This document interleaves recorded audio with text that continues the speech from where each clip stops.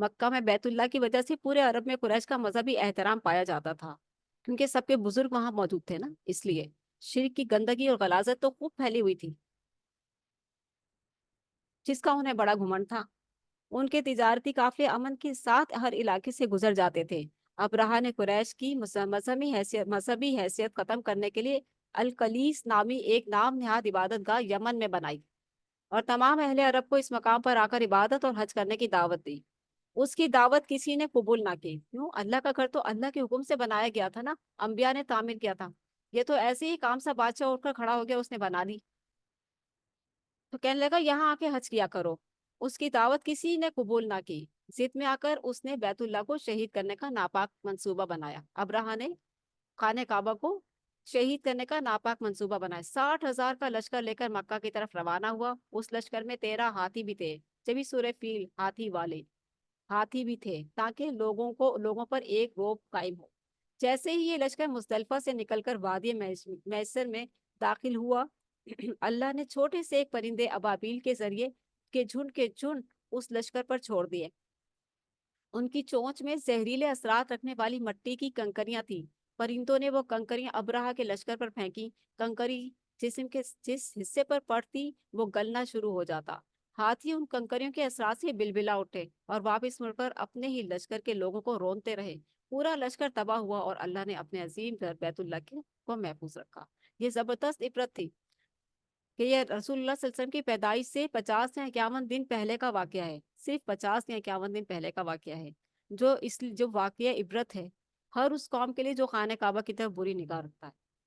سورہ قریش پر اللہ کے احسانات کا ذکر۔ اس سورہ مبارکہ میں قریش کو باور کرایا گیا کہ اللہ نے ابرہہ کے لشکر کو تباہ کیا تاکہ تمہارے تجارتی مفادات محفوظ رہیں۔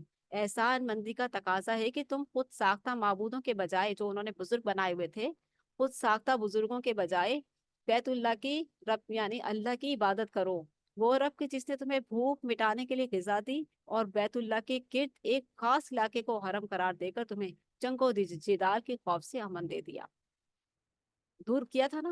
ابرہہ کو کیسے بھگایا تھا، ذلیل و خوار ہو گیا تھا۔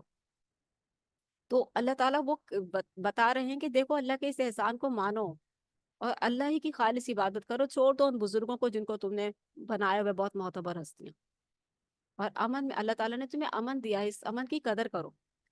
سورہ معون جزا و سزا کو جھٹلانے والے پست کردار کا بیان۔ سورہ معون میں آگاہ کیا کہ جو شخص سزا و جزا کا یقین نہیں رکھتا وہ کردار کی انتہائی پستی کا شکار ہو جاتا ہے۔ یہی وہ شخص ہے جو یتیم کو دھکے دیتا ہے، محتاجوں کو کھانا کھلانے کی ترغیب نہیں دیتا، نماز جب جی چاہتا ہے تو پڑھتا ہے، اور وہ بھی لوگوں کو دکھانے کے لیے، عام استعمال کی اشیاء بھی کسی ضرورت مند کو نہیں دیتا۔ اپنے آپ کو چیک کرتے جائیں، اخلاقیات کی جو چیزیں ہمارے اندر موجود ہوں ان کا ہم نے اصلاح کرنی ہے۔ کیا کہا؟ عام استعمال کی اشیاء بھی کسی ضرورت مند کو نہیں دیتا۔ اللہ ہمیں جزا و سزا کا یقین عطا فرمائے۔ سورہ کوثر، نبی اکرم صلی اللہ علیہ وآلہ وسلم پر کثرت عنایات کا بیان۔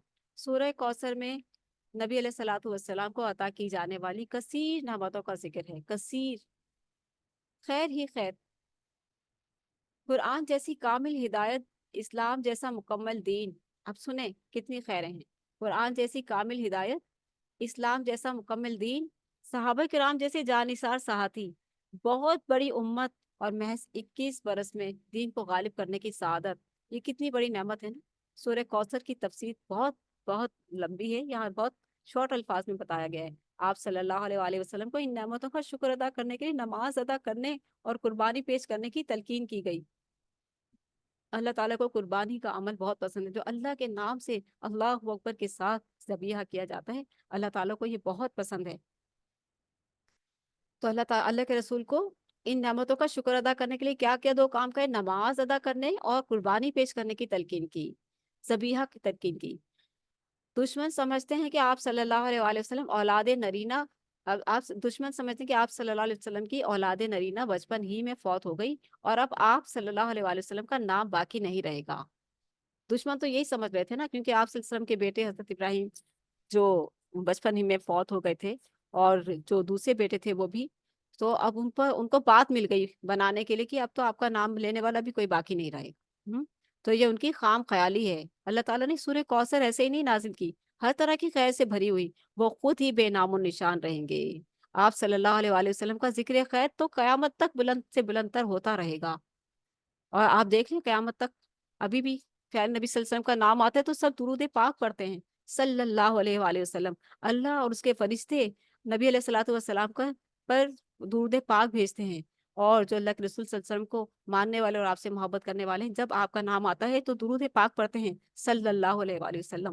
ایسی رحمتوں والے رسول جن پر اللہ اور اس کے فرشتے اور جو بنتے ہیں وہ درود پاک بھیج رہے ہیں، یہ کتنی پیاری کتنی بڑی کامیابی ہے۔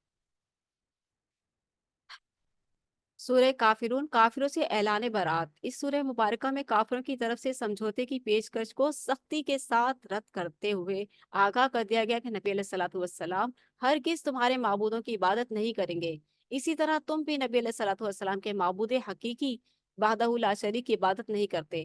معبود حقیقی تو کوئی اولاد یا شریک نہیں، معبود حقیقی کی تو کوئی اولاد یا شریک نہیں، جبکہ تم ایک ایسے اللہ کو مان رہے ہو جو اوکے فرشتے اس کی بیٹیاں اور تمہارے خود ساختہ معبود اس کے شریک ہیں۔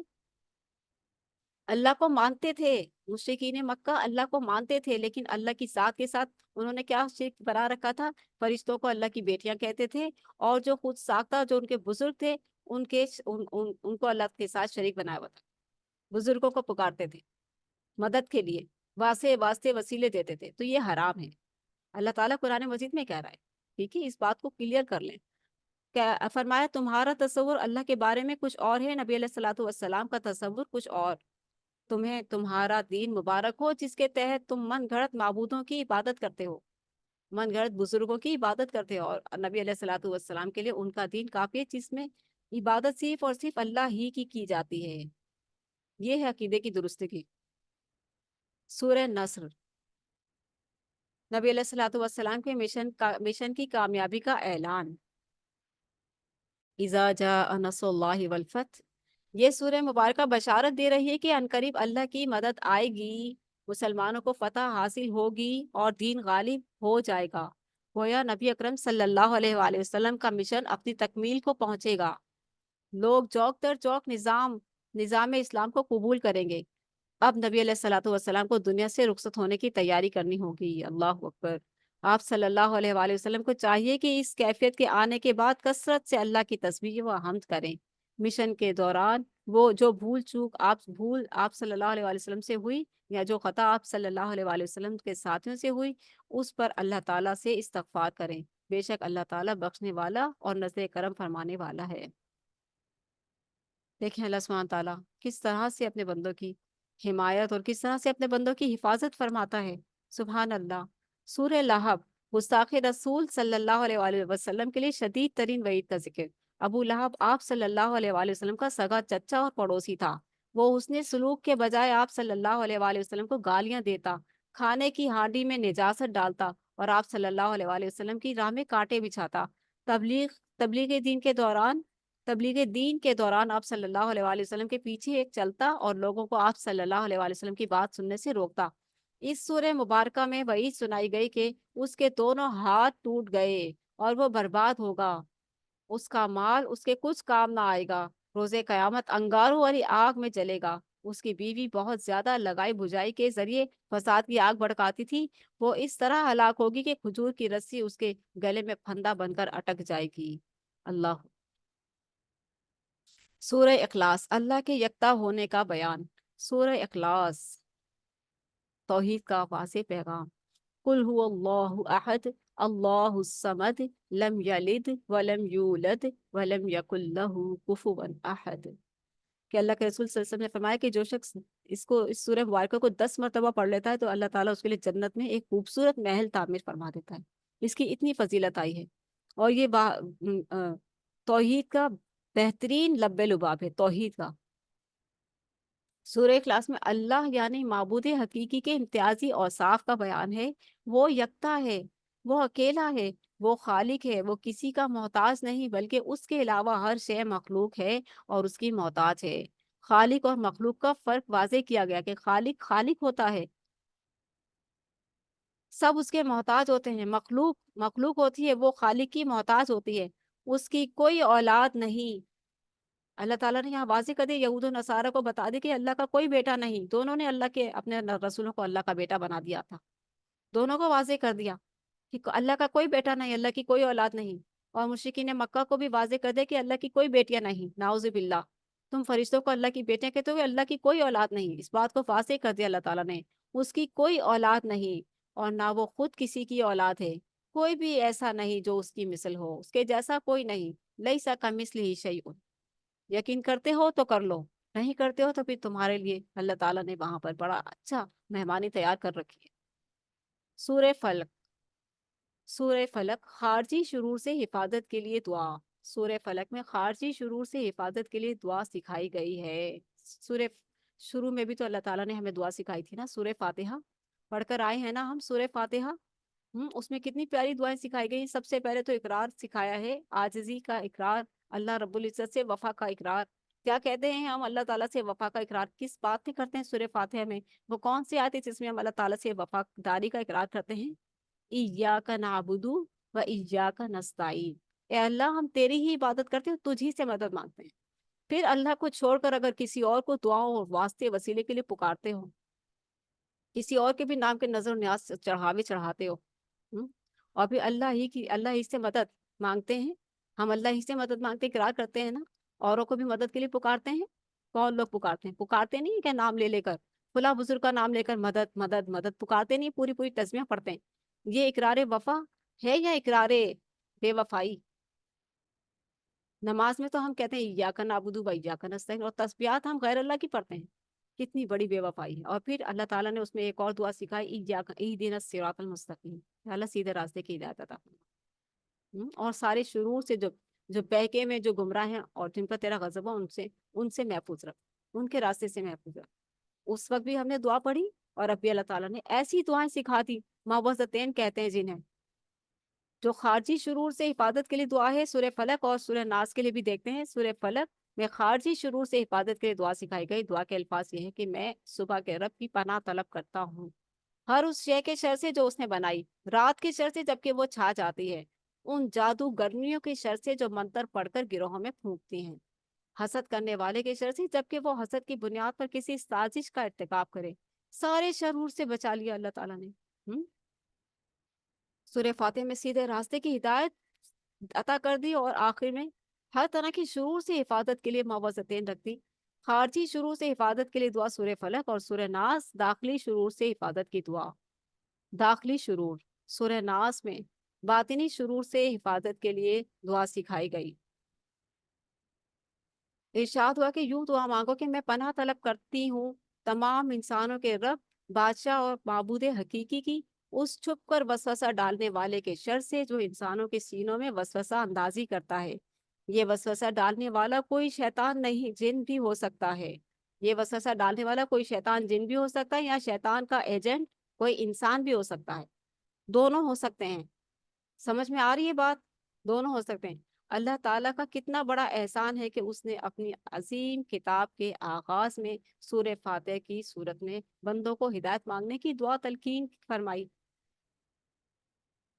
کتنی بڑا احسان ہے نا، کہ یہ دیکھیں اللہ تعالیٰ کا کتنا بڑا احسان ہے کہ اس نے اپنی عظیم کتاب کے آغاز میں قرآن مجید کے شروع میں سورہ فاتح کی صورت میں بندوں کو ہدایت مانگنے کی دعا کی تلقین فرمائی، پھر پورے قرآن حکیم کی صورت میں ہدایت دے کر دعا قبول فرمائی۔ جو دعا ہم نے سورہ فاتح میں کی تھی، اہدنا الصراط المستقیم، پورے قرآن حکیم کی صورت میں ہدایت دے کر دعا قبول فرمائی، احکامات اتار دیے نا، سورہ بقرہ سے شروع ہوئے اور اب ہم سورہ ناس تک پہنچے ہیں۔ آخری دو صورتوں میں تمام شرور سے پناہ مانگنے کی دعا سکھاتی تاکہ بندہ محفوظ ہو جائے۔ شروع میں ہدایت مانگ کر آیا اور اب ہدایت مل چکی ہے، تو اب ہدایت پر عمل کرنے کے لیے ان شرور سے بھی تو پناہ مانگنی ہے نا، تاکہ انسان مرتے دم تک اس ہدایت پر قائم رہے جو اللہ تعالیٰ نے آسمان سے اتاری ہے۔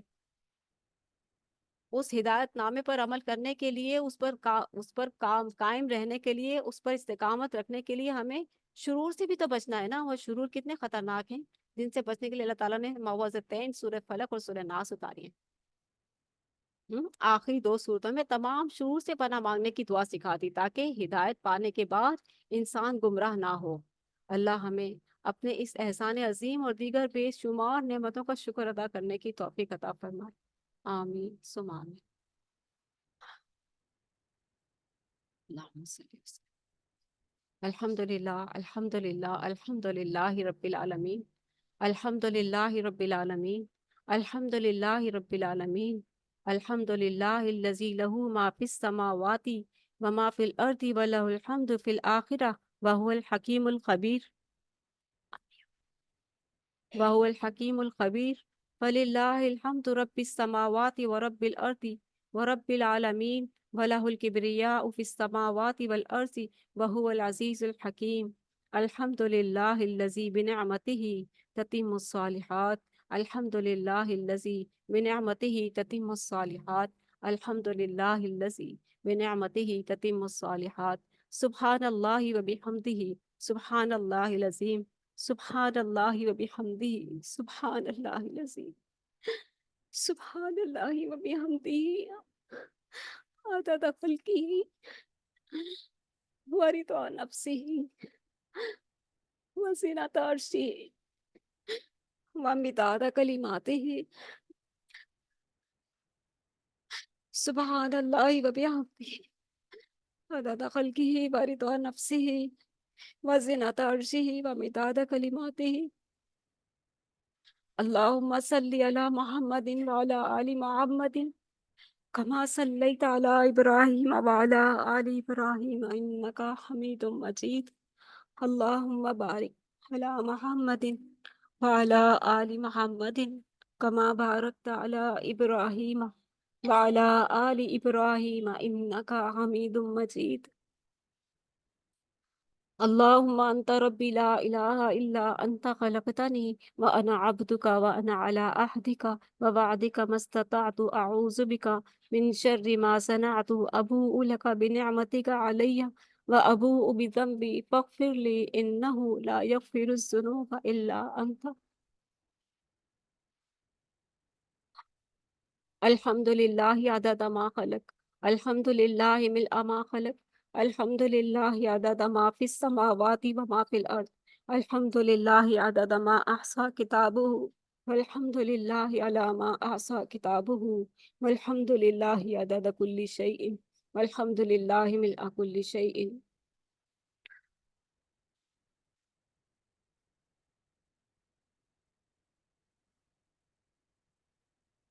میں اللہ کی تعریف کرتی ہوں اس کی مخلوق کی گنتی کے برابر. میں اللہ کی تعریف کرتی ہوں جس سے اس کی مخلوقات بھر جائیں.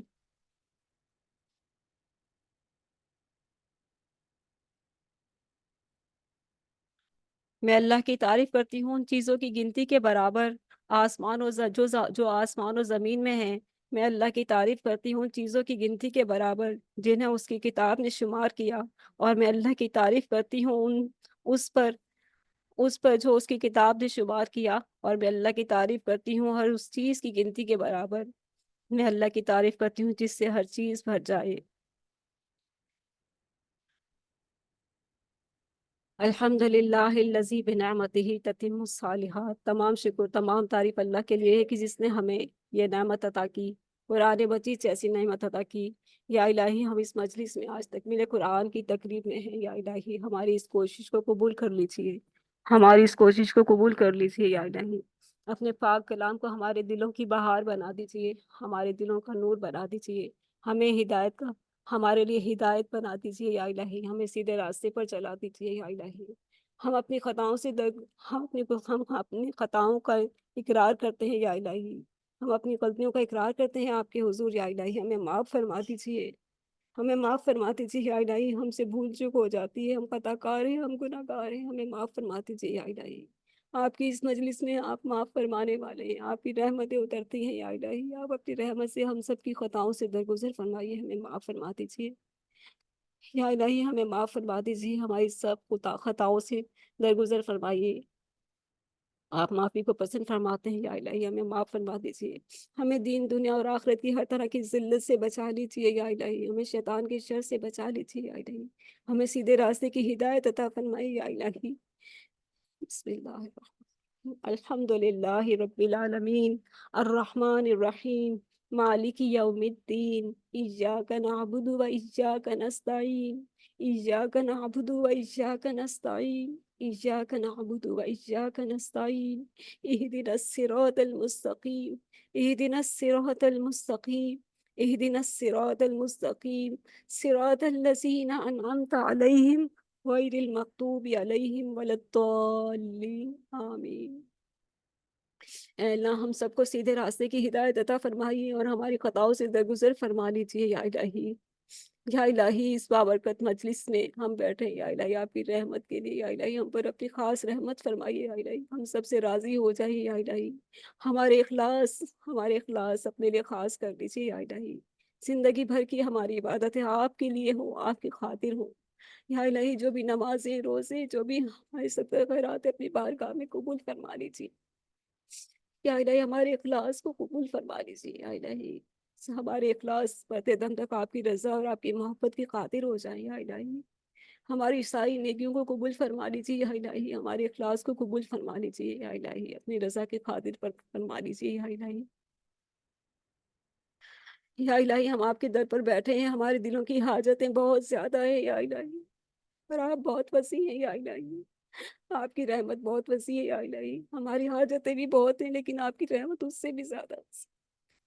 آپ جانتے ہیں ہم سب کی دلوں کی حاجتوں کو، مرادوں کو، دعاؤں کو یا الہی، وہ آپ کے حضور رکھتی ہوں یا الہی، جتنی بھی بہنیں، جتنی بھی بیٹیاں، جتنی بھی شادی میری والدہ سب شامل ہے یا الہی، سب کی دلوں کی حاجتوں کو پورا فرمائیے یا الہی، سب کی سب کی یا الہی روحانی و جسمانی بیماریوں میں شفا کامل حاصل عطا فرمائیے یا الہی، سب کی دعاؤں کو قبول فرما لیجیے یا الہی، اس مجلس کی برکت سے سب کی حاجات کو بھر لے آئیے یا الہی، سب کے لیے آسانیاں فرمائی یا الہی، ہم سب کسی نہ کسی مشکل، پریشانی، غم یا دکھ یا بیماری میں مبتلا ہیں یا الہی، ہم سب کی غم، دکھ، پریشانیاں، بیماریوں کو عافیت میں اور شفا میں بدل دیجیے یا الہی، ہم سب آپ کے در کے سوالی ہیں یا الہی، آپ سے سوال کرتے ہیں یا الہی، آپ ہماری فریاد رسے یا الہی، یا مغیث اغثنا یا مغیث اغثنا یا مغیث اغثنا یا حی یا قیوم برحمتک استغیث یا حی یا قیوم برحمتک استغیث یا الہی، ہمیں ایمان صالح عطا فرما دیجیے یا الہی، ہمیں مرتے دم تک ایمان پر قائم رکھیے گا یا الہی، ہمیں ایمان والی زندگی اور ایمان والی موت عطا فرمائیے یا الہی، ہمیں مرتے دم تک ایمان پر قائم رکھیے یا الہی، ہمارا ایمان سلامت رکھیے یا الہی، یہی سب سے بڑی کامیابی ہے یا الہی، ہمارے ایمان سلامت رکھیے یا الہی، اور ہمیں سیدھے راستے کی ہدایت عطا فرمائی یا الہی، ہماری جسمانی اور روحانی ہر طرح کی تکلیفیں، بیماریاں عافیت اور شفا عطا فرمائی یا الہی، ہم میں سے جو بیمار ہیں شفا کاملہ عاجلہ عطا فرمائی یا الہی، ہماری جسمانی بیماریوں میں بھی شفا عطا فرمائی یا الہی، اور ہماری روحانی کمزوری کو بھی طاقتور بنا دیجیے یا الہی، ایمان کی قوت کے ساتھ ہماری روحوں کو بھی مضبوط کر دیجیے یا الہی، ایمان کی قوت کے ساتھ، آمین یا الہی، ہمارے ماں باپ کو سلامت رکھیے یا الہی، صحت مند زندگی، تندرستی عطا فرمائیے یا الہی، ہماری اولادوں کو نیک بنا دیجیے یا الہی، ہمارے بھائیوں، ہماری بہنوں کو، ہم سب کو ایمان کی دولت سے نوازی یا الہی، صحت مند زندگی، تندرستی عطا فرمائیے، ایمان والی زندگی عطا فرمائیے اور ایمان والی موت عطا فرمائیے، آمین یا الہی، جن بچوں کے رشتے ہونے والے یا الہی، انہیں نیک ساتھی عطا فرما دیجیے یا الہی، ماں باپ کے لیے اس پریشانی کو آسان کر دیجیے یا الہی، بچوں کے نیک ساتھی ملا دیجیے یا الہی، اور یا الہی جو بھی دلوں کی حاجتیں ہیں یا الہی میں آپ کے حضور رکھتی ہوں یا الہی، آپ جانتے ہیں اور آپ وسیع النصر ہیں میرے مالک، سب کی وہ حاجتیں، سب کی وہ مرادیں، سب کی وہ دعائیں، سب کی پوری فرما دیجیے یا الہی، اس مجلس کی برکت سے یا الہی، ہم سب کی ہر حاجت کو پورا فرمائیے یا الہی، ہمارے ملک پاکستان پر اپنا خاص رحم و کرم فرمائیے یا الہی، اس کی حفاظت فرمائیے یا الہی، پوری دنیا میں جہاں جہاں مسلمان ہیں یا الہی، جو تکلیف میں ہے، غم میں ہے، مشکل میں ہے، پریشانی میں ہے یا الہی، ان سب پر اپنا خاص کرم کیجیے، اپنا رحم کیجیے یا الہی، ہم سب آپ کے بندے ہیں یا الہی، اور آپ ہی کی طرف لوٹنے والے ہیں یا الہی، ہم سب پر اپنا خاص کرم فرمائیے، دنیا میں بھی اور آخرت میں بھی یا الہی، یا الہی، مرنے کے بعد بھی یا الہی آپ عطا فرما دیجیے گا یا الہی، وہاں پر بھی سکون اور راحت عطا فرما دیجیے گا یا الہی، خواہ وہ قبر ہو یا آخرت کا میدان ہو یا الہی، ہم آپ کی رحمت کے امیدوار ہیں یا الہی، ہمیں اپنی رحمت میں رکھیے اور ہماری خطاؤں سے درگزر فرما لیجیے یا الہی، ہم سب آپ سے ہر طرح کی آفت کا سوال کرتے ہیں۔ اللہم انا نسألک العفو والعافیۃ فی الدنیا والآخرہ۔ اللہم انا نسألک العفو والعافیۃ فی دیننا ودنیانا واہلنا ومالنا۔ اللہم استر عوراتنا وآمن رواتنا۔ اللہم احفظنا من بیننا یدینا ومن خلفنا وعن یمیننا وعن شمالنا ومن فوقنا ونعوذ بعصمتک ان نغتال من تحتنا۔ یا الہی، جو اس مجلس میں موجود ہے ان سب کے لیے، اور جنہوں نے مجھے کہا ہے دعائیں کرنے کے لیے آنا، ان سب کے لیے عافیت مانگتی ہوں یا الہی، ان سب کے لیے آسانیاں فرما دے، ان سب کی بیماریوں کو شفا میں بدل دے، ان سب کے دکھوں کو خوشیوں میں بدل دے، ان سب کی تکلیفوں کو راحت میں بدل دے اپنی رحمت سے یا الہی۔ اپنا کرم فرما دے یا الہی۔ ان سب کے لیے تو جانتا ہے وہ کون کون ہے یا الہی، اور جنہیں میں جانتی ہوں اور جنہیں میں نہیں جانتی، جنہوں نے مجھے کہا ہے جنہوں نے مجھے نہیں کہا، ان سب کے لیے ہر طرح کی خیر و عافیت فرما دے یا الہی۔ ہر طرح کی آفت فرما دے یا الہی، ہر طرح کی تکلیفوں میں راحت فرما دے یا الہی، بیماریوں میں شفا عطا فرما دے یا الہی، دکھوں کو راحت میں بدل دے یا الہی، غموں کو خوشی میں بدل دے یا الہی۔ اللہم انی امتک بنت امتک بنت عبدک ناصیتی بیدک معص فی حکمک عدل فی قضاؤک اسألک بکل اسم هو لک سمیت به نفسک او انزلتہ فی کتابک او علمتہ احدا من خلقک او استأثرت به فی علم الغیب عندک ان تجعل قرآن ربیع قلوبنا ونور صدورنا وجلاء أحزاننا وذهاب همومنا وغمومنا اللهم آنس وحشتي في قبري اللهم ارحمني بالقرآن العظيم واجعله لي إماما ونورا وهدى ورحمة اللهم ذكرني منه ما نسيت وعلمني منه ما جهلت وارزقني تلاوته آناء الليل وآناء النهار واجعله لي حجة يا رب العالمين اللهم اقسم لنا من خشيتك ما تحول به بيننا وبين معاصيتك ومن طاعتك ما تبلغنا به جنتك ومن اليقين ما تهون به علينا مصائب الدنيا اللهم متعنا بأسماعنا وأبصارنا وقوتنا ما أحييتنا واجعله الوارث منا واجعل ثأرنا على من ظلمنا ولا تجعل مصيبتنا في ديننا ولا تجعل الدنيا أكبر همنا ولا مبلغ علمنا ولا تجعل الدنيا أكبر همنا ولا تجعل الدنيا أكبر همنا ولا مبلغ علمنا ولا تسلط علينا من لا يرحمنا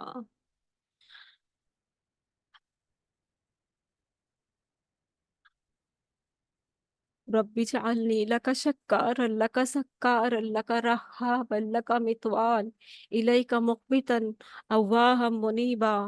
اے اللہ، اے ہمارے رب، ہمیں ہمیں بہت زیادہ شکر کرنے والا بنا دیجیے، ہمیں نہایت شکر گزار بنا دیجیے یا الہی، ہمیں بہت زیادہ آپ کا ذکر کرنے والا بنا دیجیے یا الہی، ہمیں آپ سے بہت زیادہ ڈرنے والا اور انتہائی فرما بردار بنا لیجیے یا الہی، آپ ہی کے آگے جھکنے والا اور گڑ گڑانے والا بنا لیجیے یا الہی، آپ ہی کی طرف متوجہ ہونے والا بنا لیجیے یا الہی۔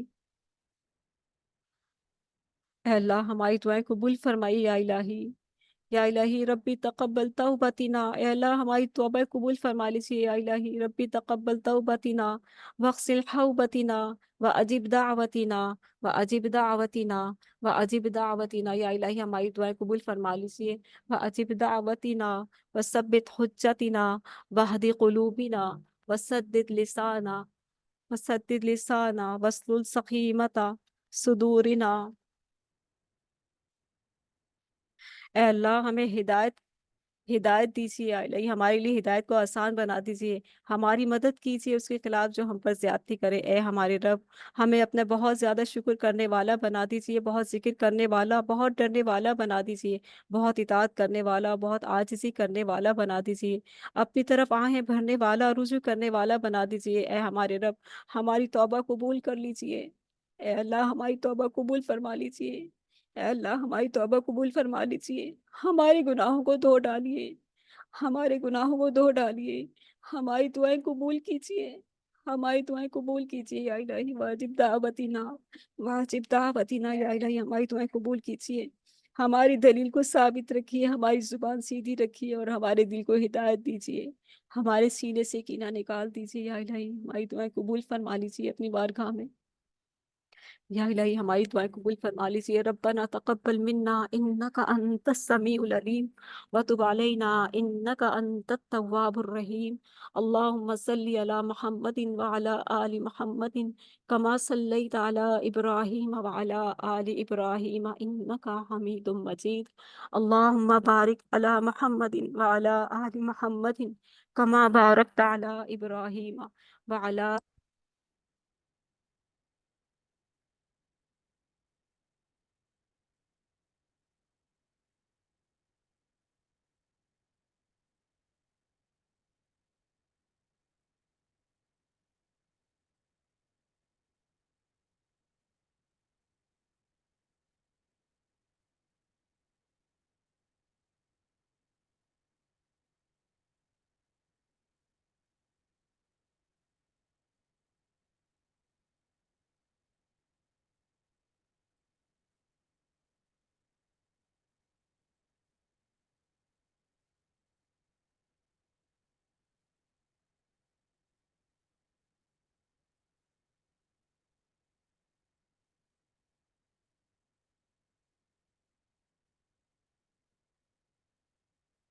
باجی آپ کی آواز نہیں آ رہی ہے۔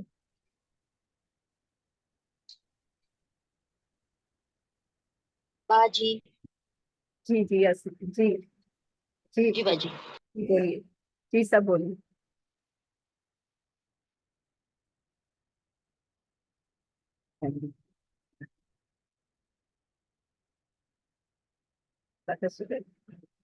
خیر مبارک، جزاک اللہ خیر۔ جی میں نے آپ کے مائک آن کیے ہیں، آپ بول سکتی ہیں، جی بولیے۔ السلام علیکم ورحمۃ اللہ وبرکاتہ باجی جان۔ السلام ورحمۃ اللہ وبرکاتہ، خیر مبارک۔ باجی جان سب سے پہلے تو اللہ سبحانہ و تعالیٰ کا بڑا شکر کہ اس عظیم الشان نعمت کی تکمیل ہوئی اور اللہ سبحانہ و تعالیٰ نے آپ کو چنا اور ہمیں چنا کہ ہم اس بابرکت جو ہے کلاس کا حصہ بنے، اور آپ نے ماشاءاللہ ماشاءاللہ بہت آپ مبارکباد کی مستحق ہے کہ اتنے اچھے طریقے سے جو دورہ قرآن آپ نے کروایا اور ہم مستفید ہوئے اس سے اللہ کی رحمت سے، اور اللہ سبحانہ و تعالیٰ نے آپ کے ذریعے ہمارے دلوں کو ایمان کے نور سے منور کیا، اور قرآن کا جو ایک نور ہے ہمارے دلوں میں پیوست ہوا، اور عقیدہ توحید کو جس طرح سے آپ نے احسن طریقے سے بیان فرمایا ہے نا، تو اللہ پاک اس کا جزا آپ کو دنیا اور آخرت میں انشاءاللہ ضرور عطا کریں گے، اور اللہ کرے کہ اسی طرح آپ کا ساتھ ہمارے ساتھ رہے، اور آپ واقعی میں حقیقت میں بہت زیادہ مبارکباد کی مستحق ہیں۔ اللہ تعالیٰ آپ کو دنیا آخرت کی تمام بھلائیاں اور نعمتیں عطا کرے، اور اللہ پاک آپ کو قبول کرے، ربنا تقبل منا ومنکم، اللہ ہمیں بھی قبول کرے، اور خاص دعاؤں کی آپ سے درخواست ہے اللہ پاک ہم سب کو قبول کرے۔ بھائی جان بہت بہت شکریہ آپ کا۔ جزاکم اللہ خیر، جزاکم اللہ خیر، الحمدللہ، الحمدللہ، الحمدللہ، آپ سب کی دعاؤں کو قبول فرمائے، سب کی حاجات میں آمین۔ الحمدللہ۔ عثمان آپ کچھ سنانا چاہتی ہیں تو سنا دیجیے، کوئی ترانہ سنا دیجیے۔ جی باجی جان میں سناؤں گی انشاءاللہ، اگر کسی اور نے کوئی بات کرنی ہے آپ سے تو کر سکتے ہیں۔ السلام علیکم ورحمۃ اللہ وبرکاتہ۔ جزاک الف خیر۔ الحمدللہ، اللہ کا تمام کروڑ دفعہ شکر کرتی ہوں۔ اللہ سبحانہ تعالیٰ آپ کو ہمیشہ خوش رکھے اور اس آمین نیک کام کے راستے میں آپ کو استقامت کرے۔ آمین بہت ماشاءاللہ ماشاءاللہ، اللہ تعالیٰ آپ کو اس کام میں اور آگے لے کے جائیں۔ اللہ تعالیٰ ہمیں آمین صحیح دین سیکھنے اور سکھانے کی بھی توفیق دے۔ آپ نے آمین جو دعا کرتی ہیں نا، ماشاءاللہ ماشاءاللہ بہت، اللہ تعالیٰ آپ کی تمام دعائیں آپ کے بھی حق میں قبول فرمائے۔ اللہ تعالیٰ آپ کو آمین ہمیشہ خوش رکھے۔ سچ میں آمین قرآن تو کوئی کھول کے پڑھنے کی یعنی وہ کوشش کر لیتے ہیں جمعے وغیرہ کو، لیکن جب سے یہ قرآن کے سلسلے شروع کیا آپ نے، تفسیر القرآن ہے جو لفظی ترجمہ کا ہے، ماشاءاللہ، تو سب بہنیں ہماری یعنی روز قرآن کھول کر پڑھتی ہیں۔ اس کا اجر آپ کو دنیا اور آخرت میں ملے گا۔ ہماری دعاؤں میں آپ ہمیشہ شامل ہے۔ اللہ تعالیٰ آپ کو انشاءاللہ ہمیشہ خوش رکھیں۔ جزائے خیر، الف خیر باجی، آمین اللہ آپ کو ہمیشہ خوش رکھے. آمین. آمین. جزاک اللہ. بہت اچھا لگا آج، یعنی ماشاء اللہ جمعۃ الوداع ہے اور ماشاء اللہ بابرکت مہینے میں آپ نے ماشاء اللہ پورے تکمیل قرآن کیا ہے. الحمدللہ اتنے اچھے دن پہ اتنی پیاری دعا کی ہے. اللہ تعالیٰ آپ کو بہت بہت خوشیاں عطا کرے، عمر دراز کرے، آپ کی صحت میں برکت، آپ کے اہل احوال میں، پورے گھر میں برکت، آپ کے رزق میں برکت، خوشیوں میں برکت عطا کرے. آمین یا رب العالمین. جزاک اللہ. اللہ تعالیٰ آپ کے لیے بھی یہی سب قبول فرمائے. آمین. جزاک اللہ خیر. جزاک اللہ خیر. جزاک اللہ. جی زینب محمود جی.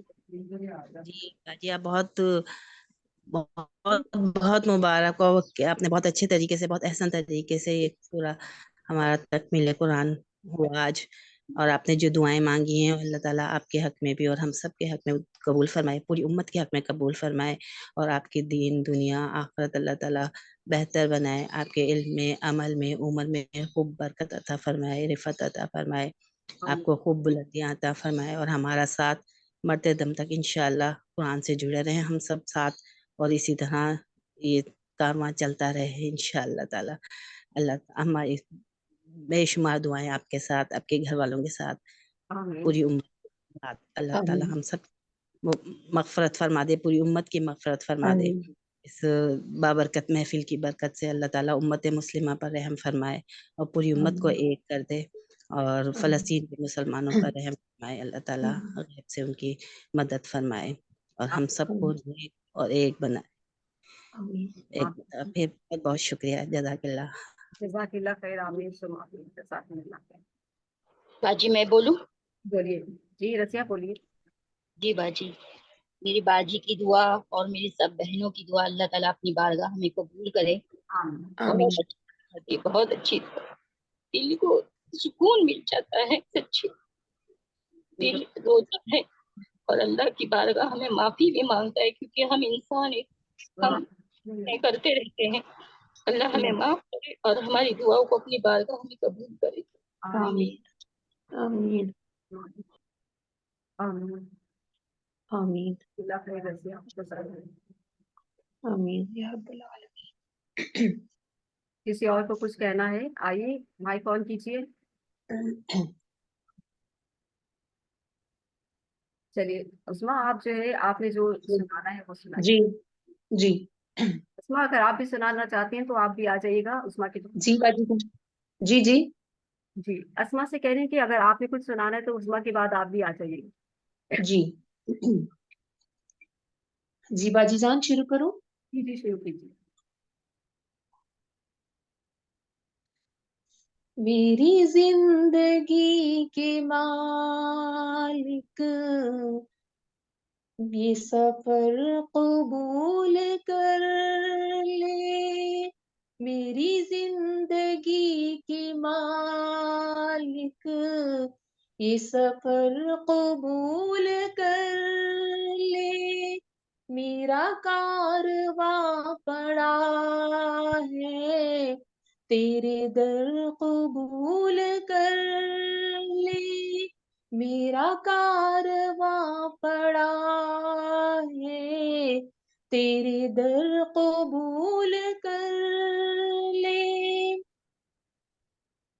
تو میری جبیں کے سجدوں سے ہے بے نیاز، لیکن تو میری جبیں کے سجدوں سے ہے بے نیاز، لیکن تیرا آستہ سلامت میرا سر قبول کر لے، تیرا آستہ سلامت میرا سر قبول کر لے، میری زندگی کے مالک یہ سفر قبول کر لے، میں تیرے حضور لائی ہوں ندامتوں کے